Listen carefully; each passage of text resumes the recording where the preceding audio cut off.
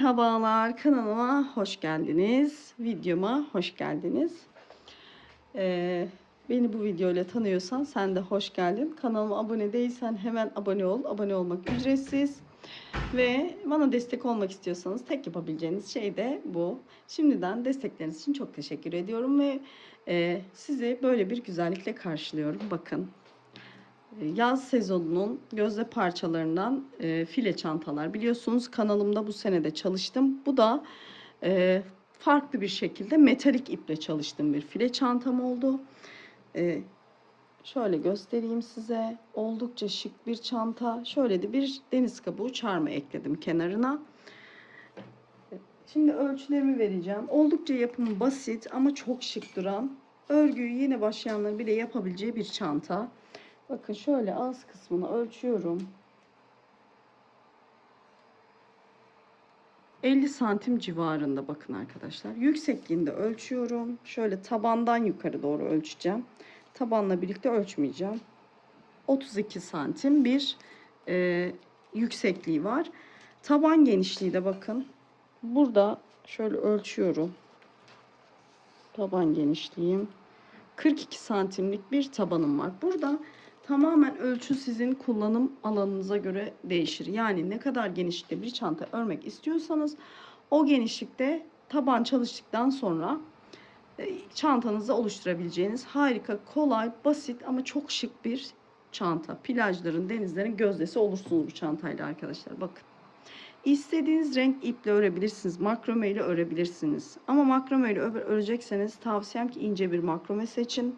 Çanta ağır olmasın. Koton iple örebilirsiniz. Kağıt iple örebilirsiniz. Rafya ile örebilirsiniz. Ama şu formu almak istiyorsanız bakın hem tok bir çanta hem de çok şık. Metalik iple örmenizi tavsiye ederim. Şimdi burada askı boyunu da kendi istediğiniz ölçüye göre çalışabilirsiniz. Benim askı boyumu kendi istediğim ölçüye göre çalıştım. Şimdi burada kullanacağım ipi göstereceğim size. Ve ne kadar ip gittiğini söyleyeceğim. Şu marka ipi kullanıyorum. Reklam değildir arkadaşlar. Kendi paramla aldım. Herhangi bir işbirliğim yok. Çok soruluyor çünkü. Sormadan ben buradan belirteyim istedim. Şimdi bu ipten bu ikinci. Yani iki tane ip alıyorsunuz. İkinciden kalan bu çanta geniş bir çanta olduğu için biraz da büyük olmasını istedim. 1,5 tane ipten gidiyor. Bu ipler genelde 250 gram oluyor. 400 metre civarı oluyor ama her markanınki değişkenlik gösteriyor.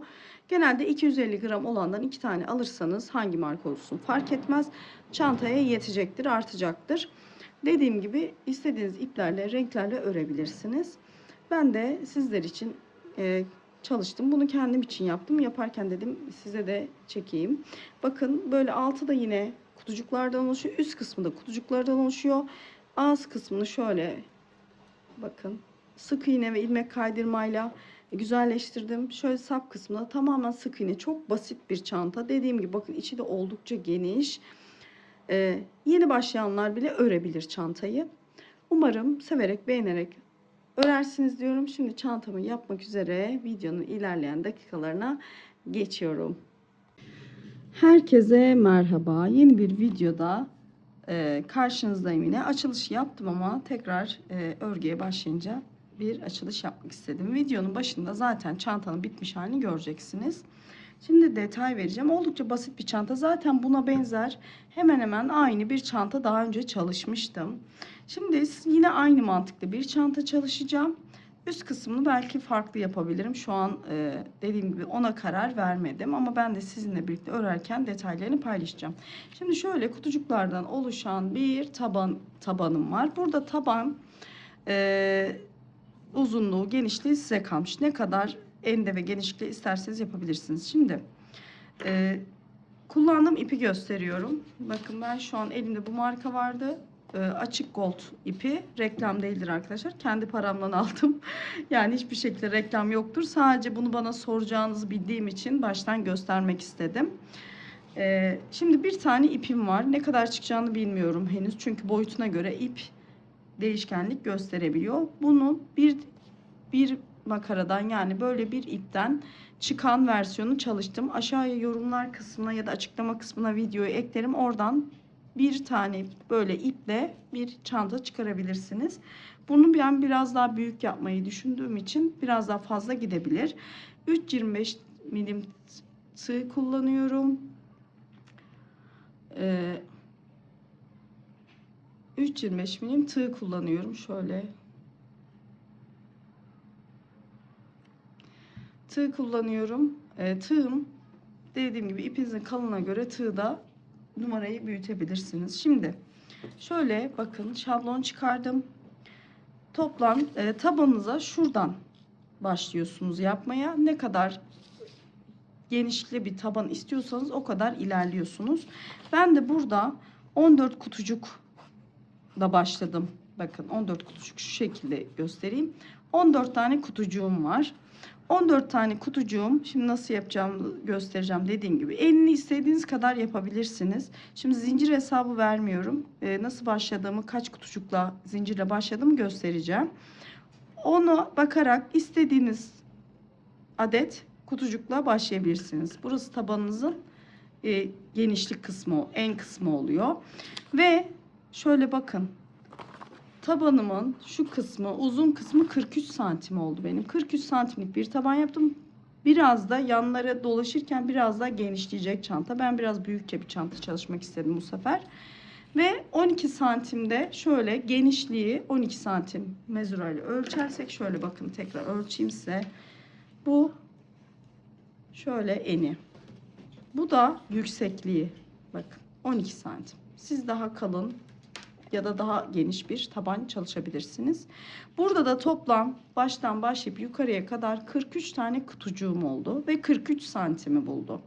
Burada da 12 santim ama 14 kutucuk oluyor. Çünkü genişlikleri yanlamasına daha farklı durabiliyor. Ama kendinize göre ayarlayabilirsiniz. Şimdi bunu nasıl yapıyorum? Size şöyle bir makrome iple göstereceğim bunu. Ve geri kalanı zaten kendi metalik ipinize göre uyarlayabilirsiniz. Bu arada bununla da çalışabilirsiniz. Yani makrome iple, pamuk makrome, ince bir polyester makrome ile de çalışabilirsiniz. Şimdi şöyle zincir çekerek başlıyorum. Burada ne kadar eni ne kadar istiyorsanız öyle bir zincir çekin. Biraz da fazla çekin. Sökerseniz sıkıntı olmaz. Hani yetmemezlik olmasın. Şimdi ben burada zincir çekiyorum. Bakın. Şöyle gelişi güzel bir zincir çektim. Şimdi en son zincirden sonra 4 tane zincir çekiyoruz. 1, 2, 3 ve 4. Bakın. Sonra tığımı doluyorum. Tığımı doladıktan sonra 4 zincirimi çektim. Tığımı doladıktan sonra hatta şöyle 5 zincir çekiyorum. Tığımı doluyorum ve bu başlangıçta 5 zincirin olduğu yere bakın. 2, 4, 5. Buradan 6.'ya batmış oluruz. Yani zincir çekmeye başladığımız noktaya batıyoruz. Battıktan sonra bakın tığımızda 3 ilmek var. Önce ikisini, sonra ikisini çıkartıp şu kenardaki kutucuğumuzu oluşturuyoruz.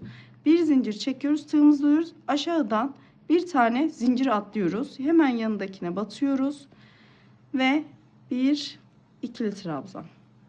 Bu şekilde. Bir zincir, aşağıdan bir zincir atlıyoruz. Hemen yanındakine batıyoruz. İkili trabzan. Bir zincir. Bakın bir zincir atlayıp hemen yanındakine bir ikili trabzan. Bir zincir. Bir zincir aşağıdan atlıyoruz yanındakine. Şöyle ikili trabzan yaparak bu sıramızı bu şekilde tamamlıyoruz. Bakın. Dediğim gibi ben burada 14 tane kutucuk yaptım. 14 kutucuk yaptım ama siz söylediğim gibi istediğiniz genişlikte yapabilirsiniz. O yüzden santiminizi ölçün eninden, ondan biraz daha fazla zincir çekin ve kutucuklarınızı yapmaya başlayın. Bakın. Şimdi kutucuklarımı sonuna kadar yaptım. Şimdi burada köşelerde 4 zincir çekiyoruz. 1, 2, 3 ve 4. Çeviriyoruz. Çevirdikten sonra bakın şurada trabzanın hemen tepesine batıyoruz ve 2 seferde çıkıyoruz. Bir zincir çekiyoruz, tekrar bakın trabzanın şöyle tepesine batıyoruz ve bir ikili trabzanla yukarı çıkıyoruz. Bir zincir, tekrar yine aynı işlemi yapıyoruz. Bir zincir çekiyorum arada. Yine trabzanın tepesine ve ortasına doğru batıyorum. Bu önemli. Bakın. Zaten şurada sık iğnemiz var. Şöyle burayı düzgün almaya dikkat edin. Hemen yine kenara şöyle batıyorum. Bir zincir.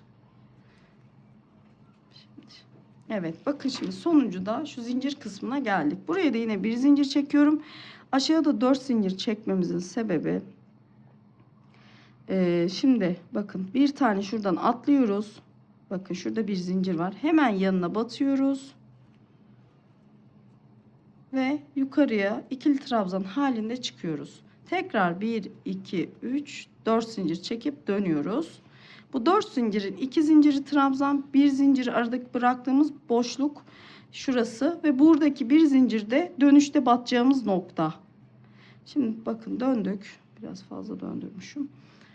Şimdi tekrar trabzanın tepesine geliyorum. Yine ikili trabzan olarak yukarı çıkıyorum. Bu metalik ipte biraz daha böyle eğri durabilir kenarlar. Bakın şöyle göstereyim. Şöyle durabilir. Bu ipten dolayı böyle arkadaşlar. Başka iplerle bakın daha düzgün duruyor. Metalik ipin yapısı gereği biraz girinti çıkıntılı durabilir. Şimdi şu kenarı tekrar göstereceğim ve ondan sonra örgümüze devam edeceğiz. Anlamayanlar için. Yeni başlayanların da çok kolaylıkla yapabileceği bir çanta bu. Ve çok da şık duruyor plajlarda, işte tatilde, havuz kenarlarında. Günlükte kullanabilirsiniz. Ben günlük kullanımda da görüyorum. Çok şık duruyor. İçine kese yardımıyla. Bu tip çantaları ben pek astar tavsiye etmiyorum. Kullanışlı bir keseyle, büyükçe bir keseyle kullanabilirsiniz. Bakın şimdi sonuncuya geldim. Tekrar bakın bir zincir çektikten sonra bakın buradaki bir zinciri şurada bakın görünüyor. 1, 2, 3, 4. Şu hemen bir zinciri atlıyorum. Yanındakine batıyorum ve ikili trabzan halinde yukarı çıkıyorum. Bakın bu şekilde oluyor.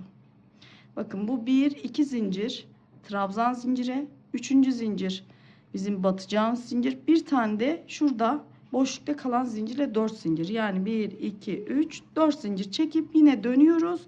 Ve bu şekilde örmeye devam ediyoruz. Şimdi bu şekilde örmeye devam ediyoruz. Bakın.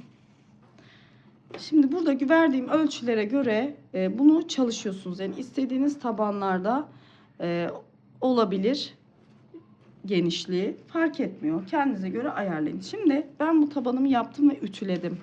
Unutmayın taban yapınca ütülüyoruz. Şimdi kenardayız.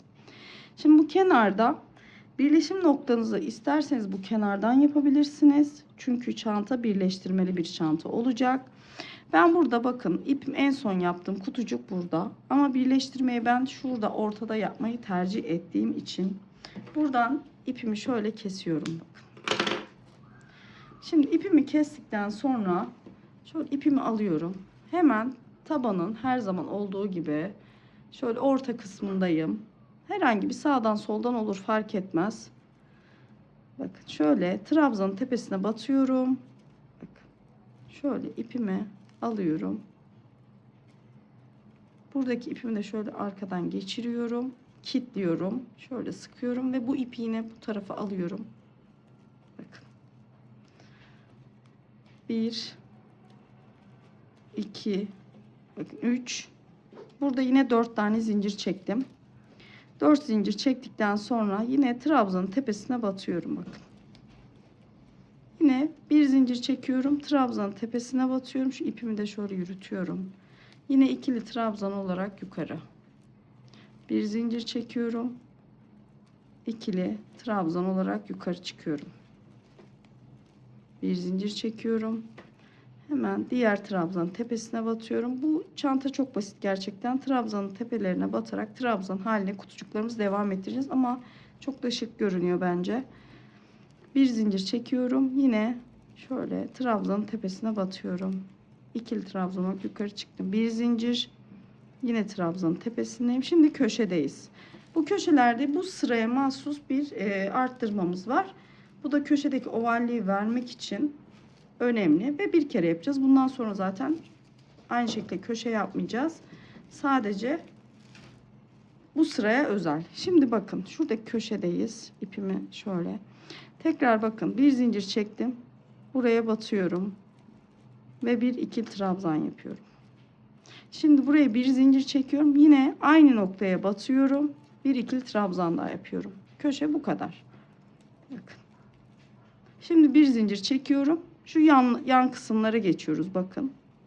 Buraları da düzgünce şöyle böyle trabzanlarımızı yapacağız. Bir zincir, hemen yandaki trabzanın tepesindeyim.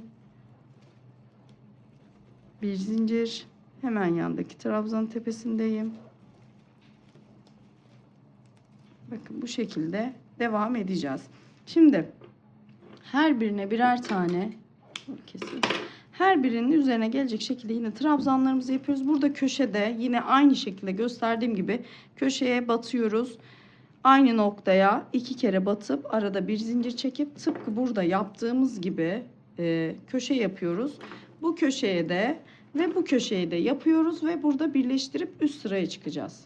Şimdi kenar kısmının birini yaptım. Tekrar şurada kafanız karışmasın diye tekrar göstereceğim. Bakın bir zincir çektim şu köşe dönüşlerinde. Hemen bir tane zincir atlıyorum. 2 biliyorsunuz 3-4 tane zincirle yukarı çıkıyorduk. Geri dönüyorduk. Yine aynı şekilde bir zinciri atlıyorum. Diğerinin içine şöyle tığımı doluyorum. İkincisine hemen batıyorum. Bakın yine bir trabzan.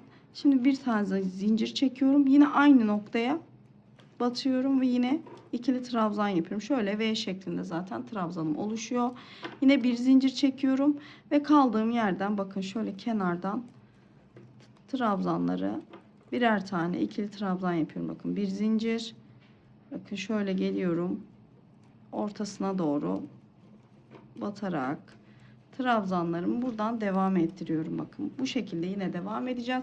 Burada da yine aynı şekilde bakın bir iki tane zincir atlıyorum. Üçüncünün içine yine bir ikili trabzan, bir zincir, yine aynı noktaya bir ikili trabzan yapıp devam edip burada birleştireceğiz.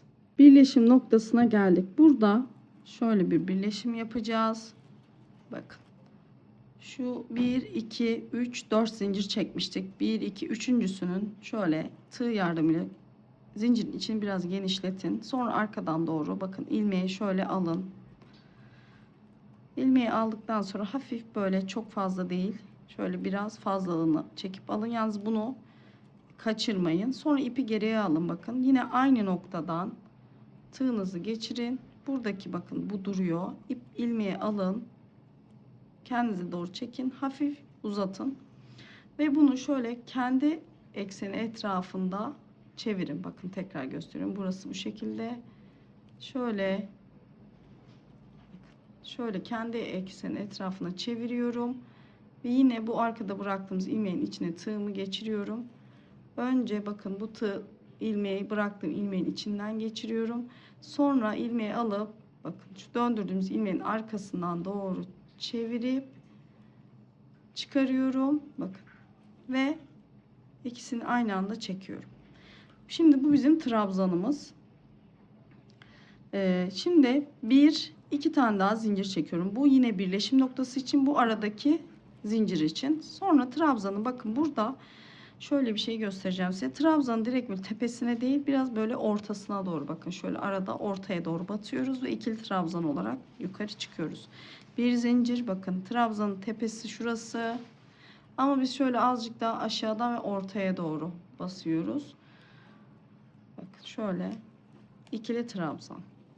Bir zincir. Yine bakın trabzan şöyle ortasına doğru. Yine bir zincir. Trabzanın ortasına doğru bir zincir. Aynı şekilde devam edeceğiz. Örneğimiz bu şekilde biraz ilerleyecek. Bakın şöyle bir zincir. Bakın şu köşe kısmına geliyoruz zaten. Bu köşe kısmında da dediğim gibi arttırma yok. Bir sefere mahsus o. Bakın şurada köşe kısmının ilk önce buradaki trabzanla yapıyoruz. Bir zincir çekiyoruz. Sonra yan taraftaki trabzana. Artık her birinin üzerine bir trabzan yaparak örgümüzü ilerletiyoruz. Ta ki istediğimiz yüksekliğe gelene kadar, istediğimiz yüksekliğe gelene kadar ilerletiyoruz. Buradaki köşelerde de yine bakın aynı şekilde şöyle buralara bir tane arttırma yok. Yine devam ediyoruz. Devam ediyoruz ve burada yine gösterdiğim şekilde birleştiriyoruz. Bakın şurası trabzanımız. Burada bir zincir çekmiştik. Trabzan yaptıktan sonra bu bir zincirin bakın trabzan yapıp üstüne bir iki zincir çekmiştik. Trabzandan sonra gelen zincire batıyoruz. Ortada bir zincir kalacak. Yine aynı şekilde ipimizi geriden alıp birleştirmemizi o şekilde yapacağız. Ve uzun bir süre, yani çantamızın ne kadar boyuta gelmesini istiyorsanız o kadar böyle kutucukları yaparak devam ediyoruz. Tekrar birleşim yerini göstereceğim. Bakın tüm köşeleri döndüm. Tekrar şu birleşim yerini gösterdikten sonra istediğimiz boyuta gelene kadar aynı kutucuklara devam edeceğiz. Bakın en son şurada birleştirmeden önce yine bir zincirimiz var. Zincirden sonra bakın şurada trabzan yapmıştık ve bir iki zincir çekmiştik bu yaptığımız trabzandan sonra. Bakın şurası trabzanımız, bu bir zincir, bir de burada aradaki boşluktaki zincirimiz var. Hemen trabzandan sonraki zincirin içini şöyle tığımla genişlettim. Şimdi arkadan tığımı alıyorum, geçiriyorum, yine bakın şu ilmeğimi alıyorum, arka tarafa doğru şöyle çekiyorum. Birazcık bunu kısalttım ve bunu kaçırmamaya dikkat edin. Şöyle ipimi de buradan arkadan doğru alıyorum. Yine aynı yere bakın. İpimi çektiğim yerden yine aynı yerden tığımı geçiriyorum. Bakın buradaki ilmek burada. Şuradan ipi alıyorum. Tekrar kendimize doğru çekiyoruz. Bakın bunu da şurada kaybetmeyin. Biraz uzatıyorum. Trabzan yapacağımız için hafif uzun olması lazım. Bakın. Şöyle uzattıktan sonra tutuyorum tığı. Şöyle geriye doğru döndürüyorum ve tığımı arkada bıraktığım ilmeğin içinden şöyle geçiriyorum. Ve önce şuradan ilmeği alıp bu ilmeğin içinden bakın çıkartıyorum. Sonra bakın şöyle arkasından doğru dolandırıyorum tığımın. Ve gördüğünüz gibi ikisini aynı anda çıkartıyorum. Ve şöyle bir trabzan görüntüm oluyor. Ve bundan sonra bir iki zincir çekiyorum ve direkt trabzanın yine gösterdiğim gibi, dikkat edin, gösterdiğim gibi bakın şöyle şu sık iğnenin tepesine değil, bakın şöyle trabzan şöyle aşağıda ortasına doğru batarak trabzan yapıyorum. Böyle bir daha sağlam bir görüntü oluyor. Bakın gördüğünüz gibi trabzan görüntüsüyle yukarı gidiyoruz. Şimdi zaten bakın ilk kısımdan sonra örgü zaten toplanıyor yukarı doğru. Çantanızın genişliği, yüksekliği ne kadar olmasını istiyorsanız kutucuklarınıza devam edin. Gösterdiğim şekilde de birleştirin. Sonra ağız kısmına geçeceğiz. Evet, çantamın örümünü bitirdim. Gösterdiğim şekilde istediğim boyuta gelene kadar ben ördüm. Burada sizin istediğiniz boyut yeterlidir. Ben çok böyle yüksek bir çanta değil, daha çok enine geniş bir çanta istediğim için bu şekilde yaptım. Şimdi toplamda tabandan sonra 30 sıra kutucuk yaptım. Şöyle santimde vereyim ve ütüledim bu arada. Bakın şöyle tabanın bittiği yerden şöyle ölçüyorum. 30 santim. Bakın şöyle ütülenmiş genişliğini de vereyim size. Oldukça büyük bir çanta. 50 santime yakın. Ve bu arada çantayı ütüledim bakın. Korkmayın. Yanma yapışma olmaz ama gene de işinizi garantiye almak isterseniz bir bez koyun, ama ben bez koymadan da ütüledim. İşi de şu şekilde. Şimdi üst kısmına geçeceğim. Burada üst kısımda şöyle bir şey yapacağım. Bu sefer üstüne sık iğne gitmeyi düşünüyorum. Sık iğneden sonra sap takmayı düşünüyorum. Sap yapmayı, yani onu da örgüden yapacağım büyük ihtimalle. Ama bu sefer değişik olsun istedim. Üst kısmına sık iğne ile devam edeceğim. Şimdi en son şurada birleştirme sıramızdayız. Bakın yine aynı şekilde yine ipimi şöyle uzatıyorum. Şimdi sık iğne sırasına nasıl geçeceğiz? Uzatıyorum. İlmeğimi şöyle çıkartıyorum. Yine aynı şekilde aynı noktadan batıyorum. Buradan tekrar ilmeği öne doğru çekeceğim. Bu sefer trabzan yapmayacağız. Bakın çektim. Diğer arkadaki ilmeği de alıyorum ve sık iğne yapıyorum. Şimdi bu şekilde sık iğnelerime devam edeceğim. Hemen şurada trabzanın tepesine battım. Pardon, şurada bir sık iğne atlamışız. Onu yapalım. Bakın bu trabzanın tepesinde hemen şöyle orta boşluğa batıp bir sık iğne. Bir tanesi trabzanın tepesine. Tepe noktasından yine trabzan yapar gibi içe doğru batıyoruz. Orta boşluğa bir tane, zincir olan boşluğa. Sonra yine trabzanın tepesine bir tane şöyle sık iğne ile bu sırayı bu şekilde döneceğiz ve birkaç sırada sık iğne sırası geçeceğim. Maksat ağız kısmı biraz daha tok dursun ve daha formlu bir yapıda olsun. Şimdi sık iğnelerimi devam ettiriyorum. Bakın böyle gördüğünüz şekilde bir ortaya bir tane trabzanın üstüne olacak şekilde sık iğne sıramı devam ettiriyorum. Şurada birleşim noktasında tekrar birleştireceğiz ve üst sıraya çıkacağız. Şimdi sıra sonuna kadar geldim. Bakın burada bizim başlangıç noktamız var. Burada hiç birleştirme yapmadan direkt örerek ilerleyeceğiz. Sonra zaten sıra sonu bitişimiz yine burada olacak. Bakın şöyle hemen başladığımız sık iğnenin üstüne bir sık iğne yapıp devam ediyoruz sık iğneleri yapmaya. Buradaki sık iğne kalınlığı yani sıra kalınlığı sizin ipinizle de alakalı ve size de göre değişebilir. Ben şöyle 4 sıra, en az 4 sıra, şöyle 3 ya da 4 sıra diyeyim arkadaşlar. 3 ya da 4 sıra sık iğne yapacağım.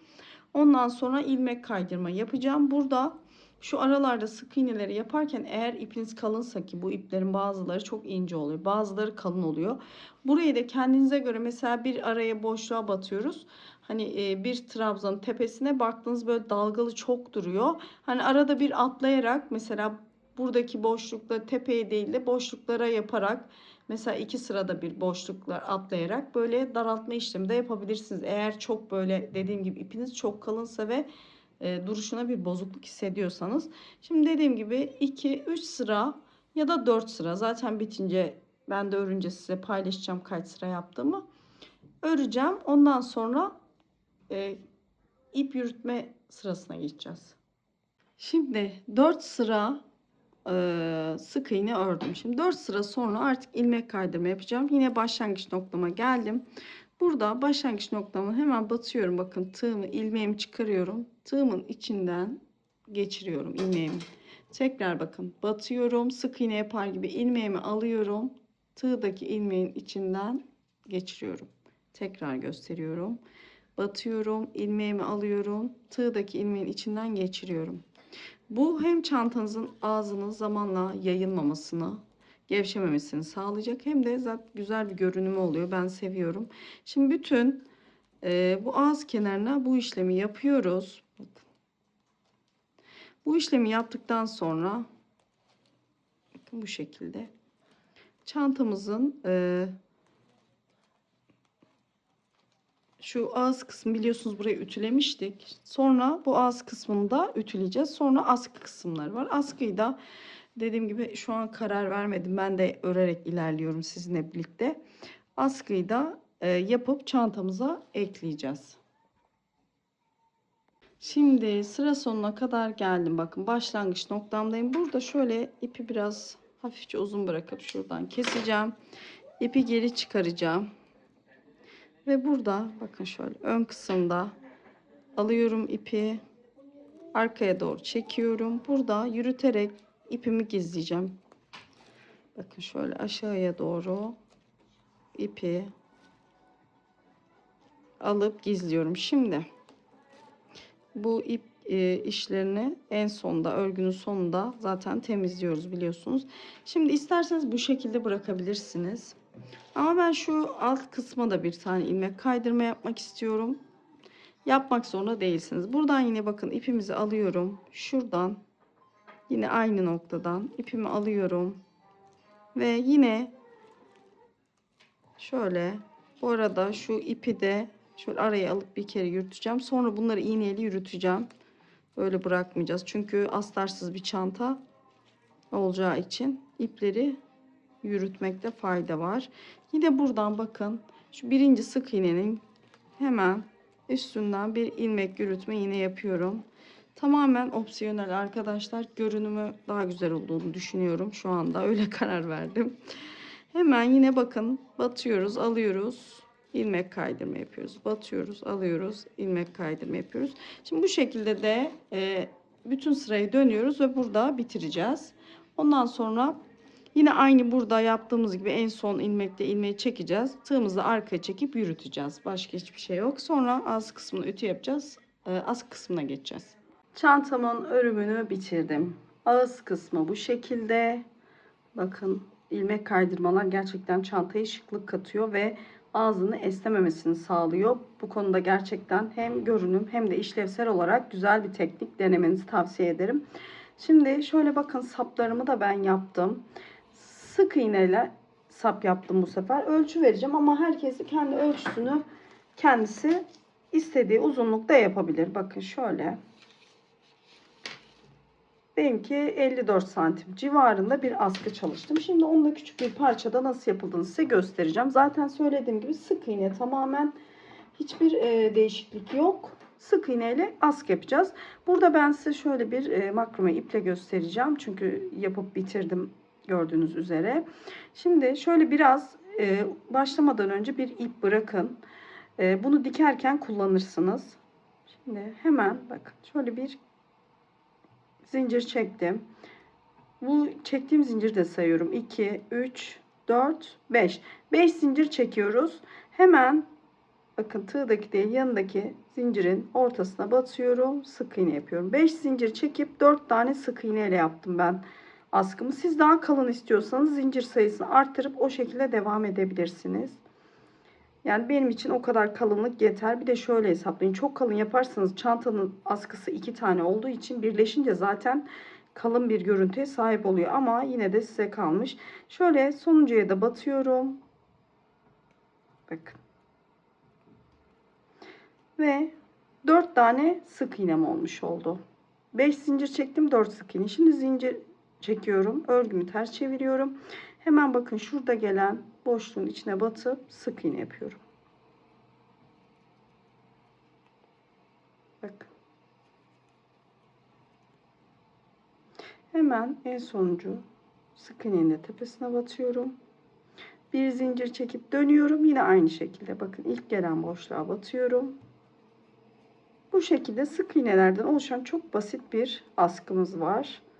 Sonuncuyu da bakın şöyle yapıyorum. Bir zincir çekip döndürüyorum yine ilk gelen boşluğa. Bu şekilde askımızı uzatıyoruz. İstediğiniz santime gelene kadar. İster uzun ister kısa. Bakın sonuncusu da şuraya batıyorum. Bu şekilde bir zincir çekip yine aynı yerden devam edip askımızı oluşturacağız. Şimdi ben askılarımı ördüm. Bakın 2 tane yaptım. Ütüledim. Ağız kısmını da biliyorsunuz çantamı ağız kısmını yapmadan önce ütülemiştim. Ağız kısmını da şöyle ütüledim. Şimdi buradan şöyle yer belirleyeceğiz. İster içe takın askınızı şu şekilde. Size kalmış. İster dışına ama ben iç kısmına doğru monte edeceğim. Burada da çantanızı ölçün arkadaşlar. Çantanızı ölçtükten sonra ölçtükten sonra şöyle belirleyin omuz hizanıza göre. Herkesin kol genişliği farklı oluyor çünkü. Ortalıktan sonra çantayı buna dikkat edin. Bakın şöyle ortalayın, ölçün, kutuları ölçün ya da santim. Bunu iğne yardımıyla dikeceksiniz böyle iç tarafına. Başka hiçbir değişiklik yok. Ben de bunları şöyle iğne yardımıyla dikeceğim ve çantam bitmiş şekilde hazır olacak. Çantamı bitirdim. Şöyle bir de mini deniz kabuklu charm yaptım kenarına. Şöyle bakın askılarımı diktim şöyle. İpinin aynı iple ve iç kısımdan bakın şöyle belirgin olmayacak şekilde diktim. Ve söylemiştim zaten ağız kısmını sonradan yaptığımız için ütüledik. Askıları ütüleyip taktık. Ve böyle harika bir plaj çantamız oldu. Oldukça geniş. Ölçülerini zaten videonun başında vermiştim. Umarım siz de severek beğenerek örersiniz. Bu arada kalan ipim bakın arkadaşlar. İpten bu ikinci ipimden kalan şöyle göstereyim. Yani 2 tane ip almanız gerekiyor. Birinci ip bitti. İkinciden de biraz bu kadar kullandım. Çanta oldukça büyük bir çanta. Bir tane ipten çıkan tarifim de var. Yine açıklamalar kısmına ya da yorumlara sabitlerim. Ona da bakabilirsiniz isterseniz. Ama ben biraz daha genişçe bir çanta olmasını istediğim için 1,5 tane ip gitti. Umarım severek, beğenerek siz de örersiniz. Hem basit hem bir şık bir çanta arıyorsanız bence bu tarifi mutlaka deneyin. Oldukça güzel bir görünümü var. İstediğiniz renklerde yapabilirsiniz. İstediğiniz iplerle yapabilirsiniz. Ama ben metalik ip biraz daha şık duruyor, parlak durduğu için bunu tercih ettim. İzlediğiniz için teşekkür ediyorum. Lütfen kanalıma abone olmayı unutmayın. Abonelik ücretsiz. Bana destek olmak isterseniz abone olup bir kısa yorum yaparsanız çok mutlu olurum. Hype puanı var. O da ücretsiz. Herkese çıkmıyor ama bilenler için rica ediyorum. Çok çok teşekkür ediyorum şimdiden. Bana acil bir sorunuz varsa bir şey örerken Instagram üzerinden de bana ulaşıp DM'den mesaj atabilirsiniz. Elimden geldiğince yardımcı olmaya çalışıyorum. Şimdiden hepinizin eline sağlık. Hoşça kalın.